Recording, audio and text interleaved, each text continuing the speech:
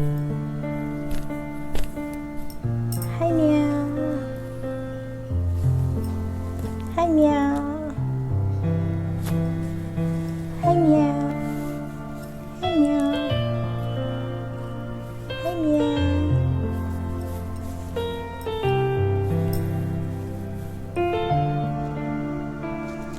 Hi Myam. Myam kurumjari. Ay muglaksere. Myam wari sana jage haiduna. Myam punamak eigi video se anauba hangbirakpa isinina oitaragadi nungsi video na macha macha khara sum sana sena sum lakpani da Myam eigi video sida Myam comments lakpase ko Myam yame aduna isinina Myam comments khaga pathokpasi sum marak makta khaga pathokpasi sum khaga dum nungai tawni ado comments adum marak makta khaga dum pathoksaje ai janjarake ko comments pathoksena laksari ne Myam do comments parsi ko ado Myam eigi video se nungai bitaragadi subscribe like comments kaubigan ado ichini naw Myam aina ngasi aina question khara ichini naw Myam na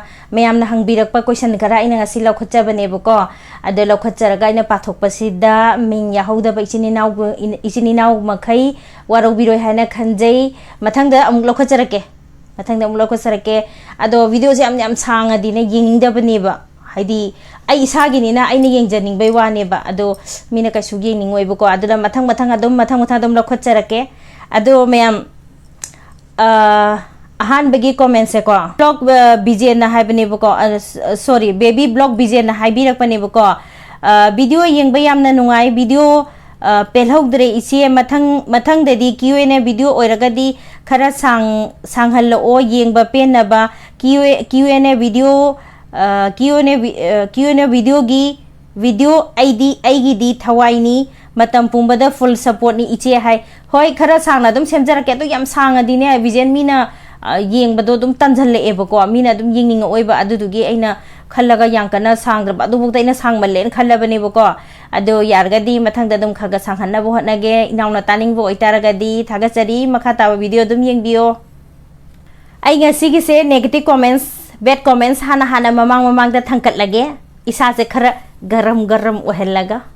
kona ingtharage loisalakanda tumba nungai na tumnaba ar kona last garam do paraga di tumba da stumya sonam chep tawloi da sofudi garam hana oithoage mathangi comments bema entertainment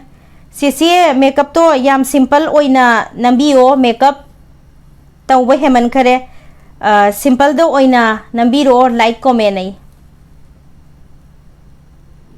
kai haiduino sida kai maninga leite comments kida ai kem ta comment leite sida comments yaudana makeup yaudana phamaga video nambiro ye hoi yengake na si yengjarake makhata ba video da inauna nu sina dum na si video dum yengbiyo makhata ba comment makhagi mathangi comments lakhasage mathangi comments lakhasare ko mathangi comments ta haibire se Deepak Kumar na ingo da haibiri yam nusiba bad comments ne se thibong charaga paisa tan ge khali do tandro ye tande thina video namaga aina chajari ba aigi thibong se aina paisa puthoga leiraga chajabani video yengbiningdraga di yengbirunu aduna yengsu yengbiba mingonda sumigi thibong su panbiba adu tawbiganu comments bibigi haita di mathangda phaja ba comments bibiba tamu mathangda aduga makhata ba magi comments se loidri aduga ahal adug oiraga magi wahai ahal adug oiraga hairak pasi tabadane ai ahal yam oirabo tawisi boibo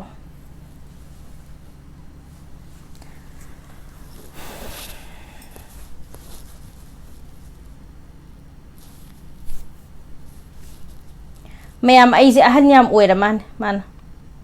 ahal oigera naha oigera mayang kangera noigera laira gera inamgera phi utlaga namgera adagi makeup tawbagi show tawraga namgera aigi apamba nangsu nangna apamba lejata di nangsu namo kanana tingge ngam targadi nang su namu khoina nami basmana video do namo thagat piro yengbige comments tawbirake mayam agi mathangi comments se ko nasim banu na habirak pane ko nasim banu na hay ko yam chume chegi paokhum se delhi da phangda babu kadai degi laurudoino aduga sanagi mahutta yanghangna sinba haibaduni pambi laitaba mafamda kegena yumbi oi haibaduni ise like tawjai hai yam nungai jai nasim banu adum matam khudi bangta adum comments me sangna iraga adum phaja na iraga adum pibire e thagachari ado sigi matang je tai ginate aina rani phi khara rani manbi phi khara khoi delhi dagi uchagi bodo adugi matang duda mayamna man video setlaga ai irei baki adudu tauba adagi agi isagi iramdam gi saba hai adu kaisunate akhoi su du laaga di leiraga di dum leigani adugi mathak tu so khoi sida lei aduna phangju phangde tangsu tange adudugi sida mahut silaga dum injabani aduda mana aigi damakta support tawrakpani adu thagachari mathangi comments laukhasage me mathangi comments ne ko sidani haitham na haibire ko nupi di khara di ke gadabadi kaino natro ise akhoi di ke ni hauzik matam da ke daba kana bu leiri ge chummi inaw na haiba hidani haithem na haiba haiba yam chummi hauzik matam da ke daba kana le loi ke akhoi di ke ni ke da bathok lei sinu pi na ke na bani natro mathang comments pa thok sei naw sidi angi comments la khachange leima popom rosni na haibire ko yam nusina isi aigi comments se pa thok piro o uko isi na chabase yamna haudo male isi se abenau haiphet male ma yam harawe abenau male hare abenau tara dine rosni nang soidana ne nang kai lege nang thira ga nang soidana nang tawjagi jani nang abenau na aibudi harawe heba ado abenau na di nang di thit khani do abenau haiphet male makholsu yam male isi nungsibi hai thagachari abe masu yam nungsi love you iche ibema hoi yam nungsi jai mathang da so dum video dum yengaga comments dum toksan biro ado nang di abenau na di nang di setpi khrani do ai budi harau jare abenau male harak pagi makata video dum yeng biu makha gi comments mathangi comments lau khachage mathangi comments se koi gi kinsi na haibire ko yam hauni che ado video leptana thagat piro o hai thagachari aigi video leptana yengbina bagi ngai bina bai chinina noi gumba khara leibase ai na chege dasu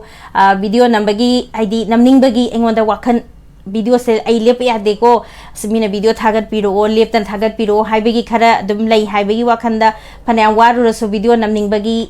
wakhalama pokpado ado pohan bire ko yam thagachari kinsi haninga reta thagachari makata ba video dum yengbio ai makhage mathangi comments la khachage bobita ari bamna haibire yamna nungai che aduga aigi comments ti reply di yaurak tena na hai mai do comments pathok pade yaurak ten hai bobita ngasi pathok ba yaurabni na sena mi am yang bagine aise comments se karam lo khatoi no kam lo kholoi do na gyalam tadraba adudugi ni mathang dum tamna pandaba isini naw mayam so dum yaujrakini ado ngasi nachena bobita aribam hairiba kano se inaw se sigi suma gi su kano leibane kaiba magi su youtube channel leibane mayam magi su aingonda mayam na subscribe tawbiraga support tawbiba maina bobita aribam gi su mayam nuksi biduna subscribe tawbiramu mayam nga side gi aina pariba comments mayam je aigi bad comments adegi aigi edu comments loi lerenga si hantakti comment sidi ko isa nupi ge maram da khara haibire boko isa sana se yamna nungsi haibire bisi mami je panjaram ge ba kaw thokare easy am saga thokare ba body sida blood se am sagare aduna sawya de wairokpam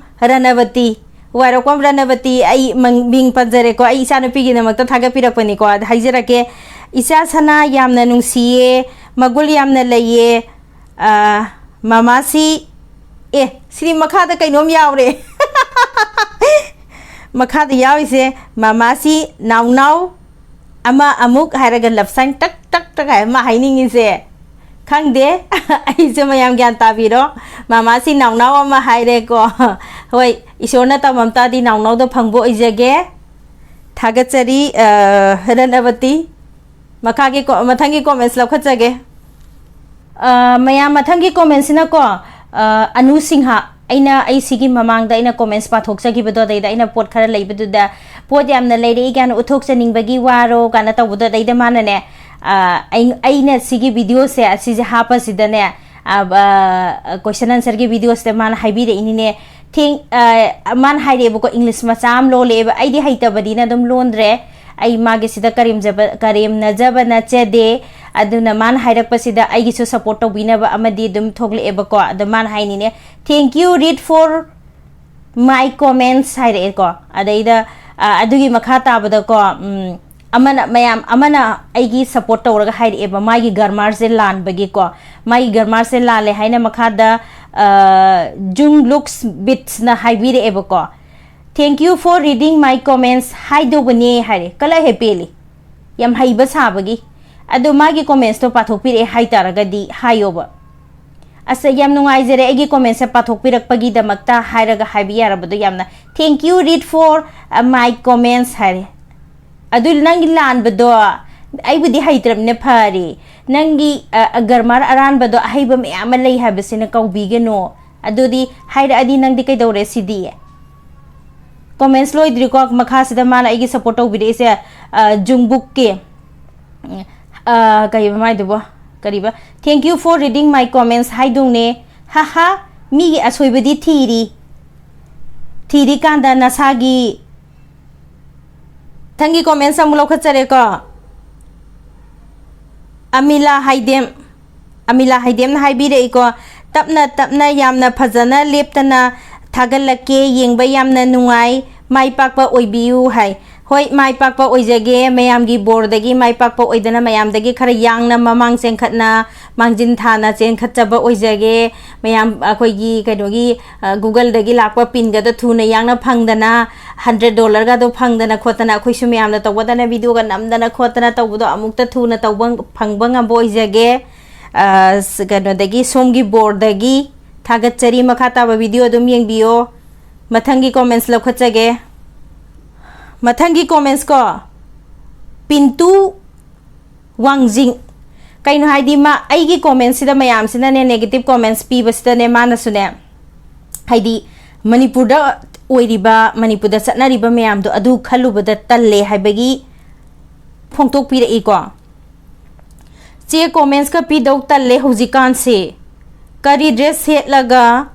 chatuinu khangdre kari chaduinu khangdre haipa saba mayam sina kok ngawe hai chume yamna na haido imung da tumina tumlaga adum leirage ai hai adudi phate khara su koi ba sakadamni mapan da koi ba sam moi ngani ngang jasano wa logde ai ngang jasano moi khadam wa tok sagadamni aduga mai makha se leirage dress set pasu yengsille sare yengsille lambi chatle yengsille yengsinabagi yengsinaba kangbu mayam sina hai chumme do budina hai do oi chumme mayam si yengchale ba angang ba setle red setle hai nuai ne thina ngang bi akhoi chu nuai ning banati ai nuai ga sa nuai ning baga nate khu taba pa setli chani ngai pa aga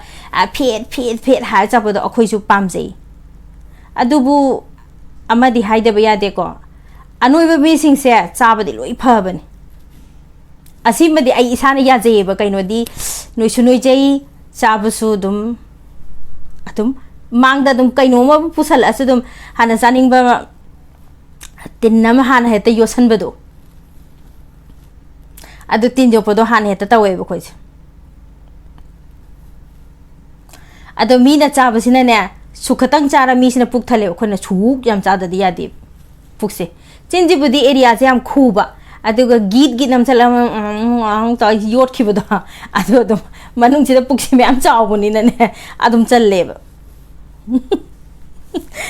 mathangi comments la khachage me am ai jam sang dore loisan na ba tawrage adu question amani dang lau khachage mathangi comments se takhel ki kahano je takhel gi mingsel Takelgi bingsen haibire bo karot akhabi phawdi chaba ngamjaroi hare I tawdo adu tawbire aduga mimi singju dudi chaninge haire hoi karo akhabi do sum chado mi dadi hainadabane ko khoina sum hanadegi phutpa nganba khorpa sum chabaduna marakta sudum korpa chabaduna dum sum hainabadegi haine nui su nui banina hayeng kai hani diabetes kumba nasan khosanga tawta yam bera kani aduduna marakta so khot akha rakse sabase khara dum phai haidana dum sabadegi sum haina jabani ado amtang di try tawraga yengbiyo yumda atai da tawruno pani romba phajana londharo ngari morok phajana namhallo aduga mahi da nang nang lawbu da pani romba da karot to tangkhai khairaga phajana lupsalla thangkara chiktharaga amtang yengbiyo aroibada aigi comments ama khatang ai laukhacharaga loisanjarage aroibagi comments ai tam morang themna haibirakpani ko tam morang themna haibire ko film gi acting yamna chanaga dawba mali taba yengba nungayen hariyam yam nungai yam thagachari tam morang them athangda sodum sumana nungai badum haibiro thagatpiro mayam kharana thadabirasu ka kharasu thagatpiro kharasu yaubiro kaino aigi ado mayam aigi ngasigi mayam na hangbirakpa paokhum